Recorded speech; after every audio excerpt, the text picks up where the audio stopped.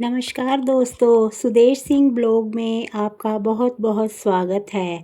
आज हम सुनेंगे भगवान श्री कृष्ण की संपूर्ण जीवन कथा, उनके जन्म से लेकर बाल लीलाएं, गोवर्धन पूजा, मथुरा विजय, द्वारका नगरी, महाभारत और गीता का उपदेश। यह कहानी हमें प्रेम, भक्ति, साहस, धर्म और कर्तव्य का संदेश देती है। तो आइए शुरू करते हैं। बहुत समय पहले मथुरा नगरी में राजा उग्रसेन का राज्य था। उसका पुत्र कंस अति क्रूर और अभिमानी था। उसने अपने पिता को बंदी बनाकर स्वयं राजगद्दी पर अधिकार कर लिया। कंस की बहन देवकी का विवाह वसुदेव से हुआ। विवाह के बाद जब कंस अपनी बहन को विदा कर रहा था, तभी आकाशवाणी हुई, हे कंस, देवकी का 8वां पुत्र तेरी मृत्यु का कारण बनेगा। यह सुनते ही कंस भयभीत हो गया। उसने देवकी और वसुदेव को कारागार में बंद कर दिया और उनके बच्चों को जन्म लेते ही मार डालने लगा। 6 पुत्रों की हत्या कर दी। 7वें पुत्र को बलराम की योगमाया ने रोहिणी के गर्भ में पहुंचा दिया। भाद्रपद मास में कृष्ण पक्ष अष्टमी की आधी रात को कारागार में भगवान विष्णु ने श्री कृष्ण के रूप में जन्म लिया। चारों ओर दिव्य प्रकाश फैल गया। पहरेदार सो गए, बेड़ियां टूट गई और कारागार के द्वार स्वयं खुल गए। भगवान ने वसुदेव से कहा कि वे उन्हें गोकुल के नंद बाबा और यशोदा के घर पहुंचा दे। वसुदेव शिशु को टोकरी में लेकर यमुना पार करने लगे। तेज वर्षा हो रही थी। तब शेषनाग ने अपने फन फैलाकर बालक कृष्ण की रक्षा की। यमुना भी उनके चरण स्पर्श करने के बाद उठी और फिर शांत हो गई। गोकुल पहुंचकर वसुदेव ने कृष्ण को यशोदा के पास सुलाया और वहां अपनी जन्मी कन्या को वापस कारागार में लेकर आ गए। जैसे ही कंस उस कन्या को मारना चाहता था, वह देवी का रूप बनकर आकाश में प्रकट हुई और बोली, तुझे मारने वाला तो जन्म ले चुका है।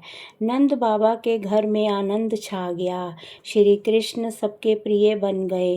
वे गायों के बीच खेलते, बांसुरी बजाते और मित्रों के साथ माखन चुराते थे।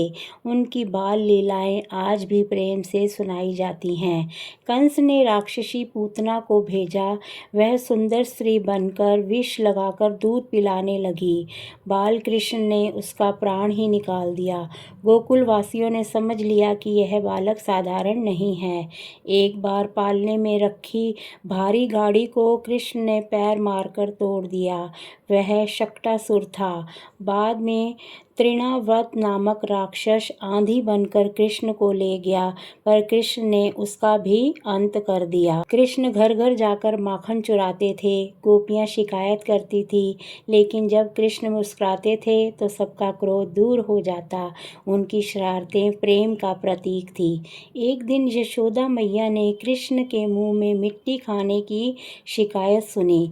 उन्होंने मुंह खुलवाया तो संपूर्ण ब्रह्मांड उनको दिखाई दिया। सूर्य, चंद्रमा, तारे, पृथ्वी और यशोदा भी। वे आश्चर्यचकित रह गई, पर भगवान की माया में सब भूल गई।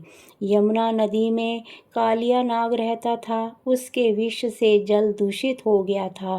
कृष्ण नदी में कूद पड़े, नाग के फनों पर नृत्य किया और उसे पराजित कर समुद्र की ओर जाने का आदेश दिया।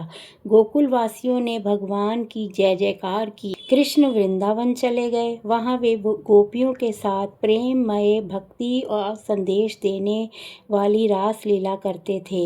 यह सांसारिक प्रेम नहीं, बल्कि आत्मा और परमात्मा के मिलन का प्रतीक माना जाता है। राधा जी उनकी परम भक्त थी। गोकुल में इंद्र की पूजा होती थी। कृष्ण ने कहा कि हमें गोवर्धन पर्वत की प्रकृति का सम्मान करना चाहिए। इससे इंद्र क्रोधित हो गए और वर्षा करने लगे। तब कृष्ण ने अपनी छोटी उंगली पर गोवर्धन पर्वत उठा लिया और सभी लोगों को, पशुओं को उसके नीचे आने का आश्रय दिया। 7 दिन बाद इंद्र ने अपनी भूल स्वीकार की। कंस ने कृष्ण और बलराम को मथुरा बुलाने के लिए अक्रूर को भेजा। गोकुलवासियों की आंखें भर आई। कृष्ण ने सबको सांत्वना दी और मथुरा चले गए। मथुरा पहुंचकर उन्होंने अत्याचारी हाथी कुवलयापीड़ का वध किया। फिर मल्ल युद्ध में चाणूर और मुष्टिक को पराजित किया। अंत में कृष्ण ने कंस को उसके सिंहासन से खींचकर उसका वध किया और उग्रसेन को पुनः राजा बना दिया। कृष्ण और बलराम ने गुरु संदीपनी मुनि के आश्रम में शिक्षा प्राप्त की। उन्होंने वेद, शास्त्र, धनुर्विद्या और अनेक विद्याएं सीखी। गुरु दक्षिणा में उन्होंने गुरु के मृत पुत्र को वापस लाकर उन्हें सौंप दिया। कंस के बाद मगध के राजा जरासंध ने बार बार मथुरा पर आक्रमण किया। प्रजा की रक्षा के लिए कृष्ण समुद्र तट पर गए और वहां उन्होंने सुंदर नगरी द्वारका बसाई।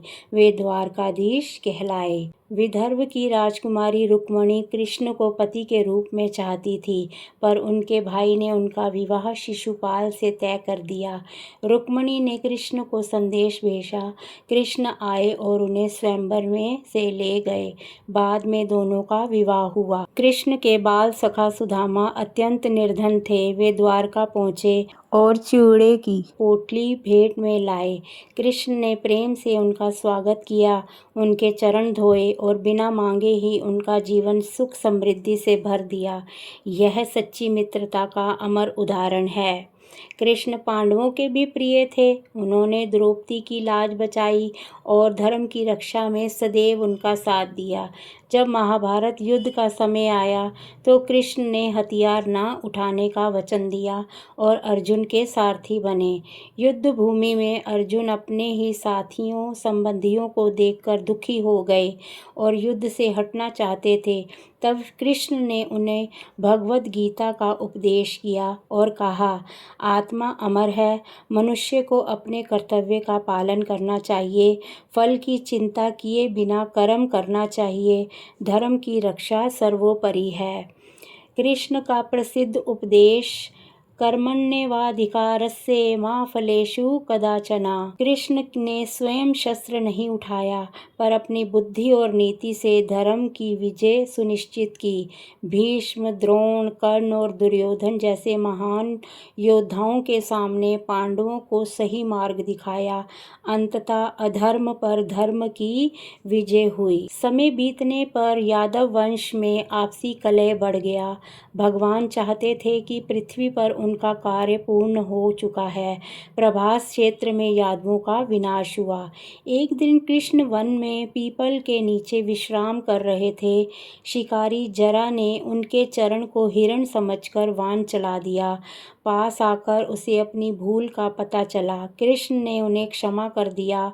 इसके बाद उन्होंने अपना दिव्य शरीर त्याग अपने परम धाम को प्रस्थान किया। उनके पृथ्वी से प्रस्थान के साथ द्वापर युग समाप्त हुआ और कलयुग का आरंभ हुआ। श्री कृष्ण ने जीवन से मिलने वाली कई शिक्षाएं भी बोली। धर्म की रक्षा करो, कर्तव्य से पीछे मत हटो, सच्चा प्रेम निस्वार्थ होता है, मित्रता में अहंकार नहीं होना चाहिए, प्रकृति और गौ सेवा का सम्मान करो, भक्ति से भगवान प्राप्त होते हैं, कठिन समय में धैर्य और विश्वास बनाए रखो। भगवान श्री कृष्ण केवल एक राजा या वीर नहीं थे, वे प्रेम, ज्ञान, करुणा और धर्म के अवतार थे।